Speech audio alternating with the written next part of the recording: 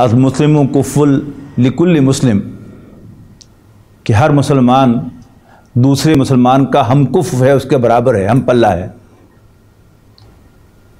لیکن اس میں حضرت عمر رضی اللہ تعالی عنہ، حضرت عثمان رضی اللہ تعالی عنہ نے جو مثالیں قائم کی ہیں، سچ کہیے جو سٹینڈرڈ سیٹ کیے ہیں،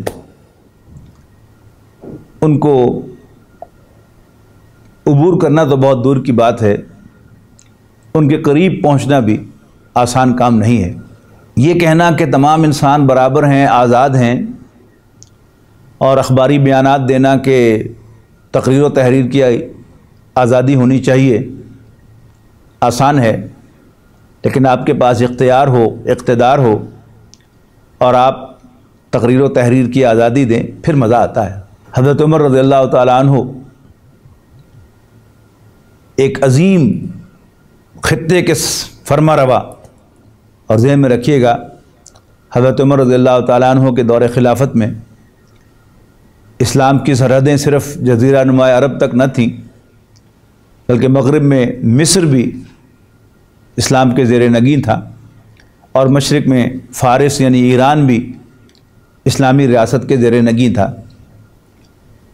لیکن حضرت عمر رضی اللہ تعالیٰ عنہ جب خطبہ ارشاد فرما رہے تھے تو ایک عام مسلمان کھڑا ہوا اور اس نے کہا کہ لا سمع ولا طاع، ہم نہ سنیں گے نہ مانیں گے آپ کی بات۔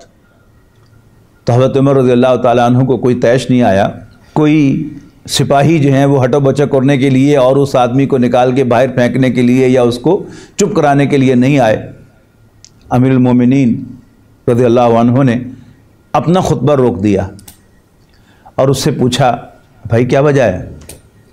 تو اس نے کہا کہ آپ خائن ہیں۔ اس پر بھی حضرت عمر کو غصہ نہیں آیا۔ تو پوچھا کہ کیا خیانت میں نے کی ہے؟ تو اس نے کہا کہ آپ نے جو کرتا پہن رکھا ہے یہ تو اس کپڑے کے ٹکڑے کا بنا ہوا لگتا ہے جو مال غنیمت میں آئے تھے، مجھے جو ٹکڑا ملا تھا اس سے میرا کرتا نہیں بنا، آپ تو لمبے قد کے آدمی ہیں، معلوم ہوتا ہے کہ آپ نے ہم سے زیادہ حصہ لیا ہے تب آپ کو کرتا بنا ہے۔ حضرت عمر رضی اللہ تعالیٰ عنہ نے اپنے بیٹے عبداللہ سے کہا عبداللہ وضاحت کرو۔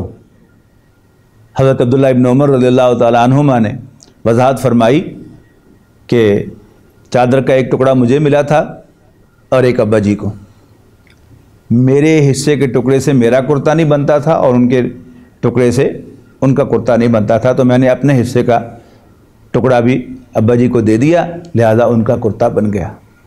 اب وہ بدو کہتا ہے الان نسمع و نطیع، یس اب ہم آپ کی بات سنیں گے اور مانیں گے۔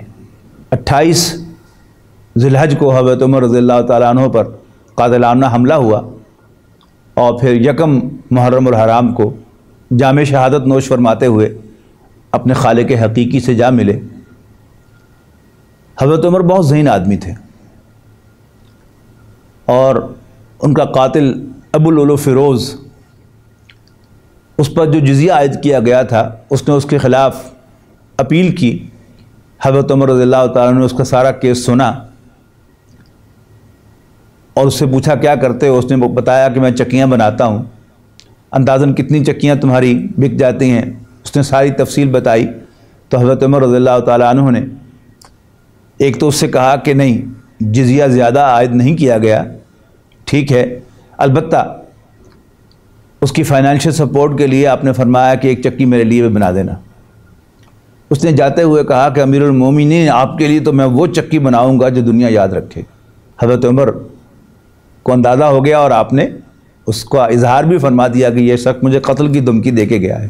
ابو لؤلؤ فیروز وہی قاتل، اور ایک ایرانی جرنیل تھا جس کو ایک صحابی نے پناہ دے دی تھی، وہ مسجد نبوی میں کوئی کنسپریسی کر رہے تھے۔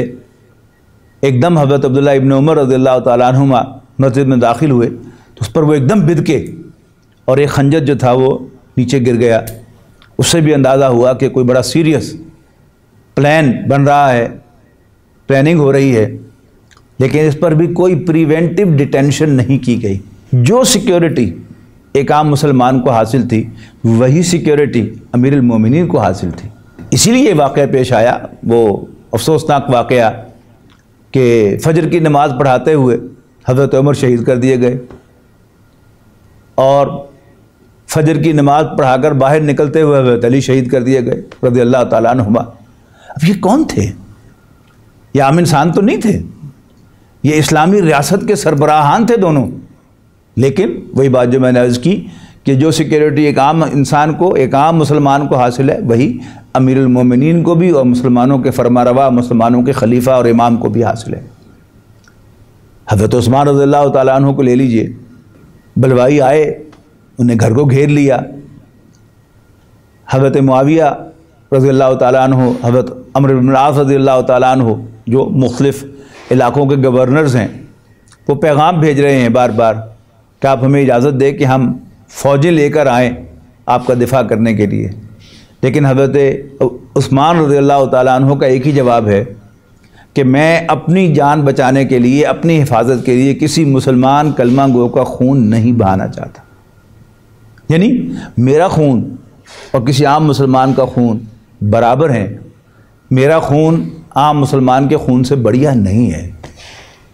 تو حضرت جیسا کہ میں نے عرض کیا کہ حضرت عثمان رضی اللہ تعالیٰ عنہ کا اور حضرت علی کا اور حضرت عمر رضی اللہ تعالیٰ عنہم کا یہ مقام اور ان کا یہ اقدام کہ انہوں نے عملی طور پر ثابت کیا، صرف زبان سے نہیں کہا، نعرے نہیں لگائے، عملی طور پر ثابت کیا کہ ہم خلیفہ ہو کر، امیر المومنین ہو کر، اسلامی ریاست کے فرما روا ہو کر باقی مسلمانوں جیسے ہی ہیں۔ جتنا ان کا خون قیمتی ہے اتنا ہی میرا یا ہمارا خون قیمتی ہے۔ تو یہ بہت بڑی بات ہے کہ جو ہمارے ان خلفاء کے عملی طرز عمل سے ہمیں ملی۔ جب حکمران اپنی سیکیورٹی کے بارے میں کانشیس ہو جاتے ہیں تو پھر یاد رکھیے گا عوام کی سیکیورٹی ایٹ سٹیک ہوتی ہے، اور اگر حکمران عوام کی سیکیورٹی پر کنسنٹریٹ کریں اور اپنی سیکیورٹی کی پرواہ کرنا چھوڑ دیں تو اس سے امن و امان قائم ہوتا ہے۔ کچھ لوگوں کا خیال ہے کہ نہیں، شاید ہمارے ان بزرگوں نے صحیح نہیں کیا کہ انہوں نے اپنی حفاظت کا بندوبست نہیں کیا، اس لیے کہ وہ عام انسان نہیں تھے بلکہ مسلمانوں کے فرما روا تھے۔ لیکن اصل بات یہی ہے کہ جب فرما روا اپنی سیکیورٹی کے پیچھے پڑتا ہے تو عوام کی سیکیورٹی بالکل خطرے میں پڑ جاتی ہے۔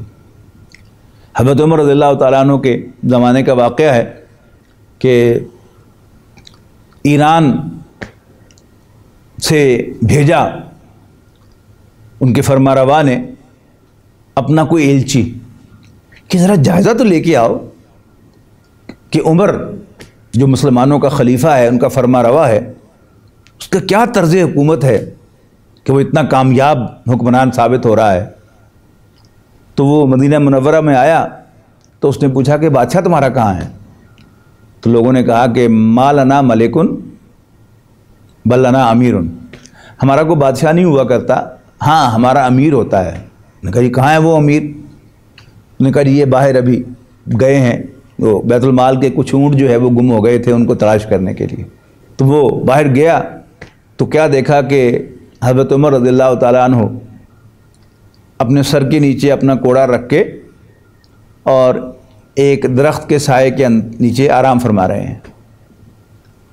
تو اس نے جملہ کہا بڑا خوبصورت، اس نے کہا اے عمر، تم نے عدل و انصاف کیا، اسی لیے آج سکون کی نیند سو رہے ہو۔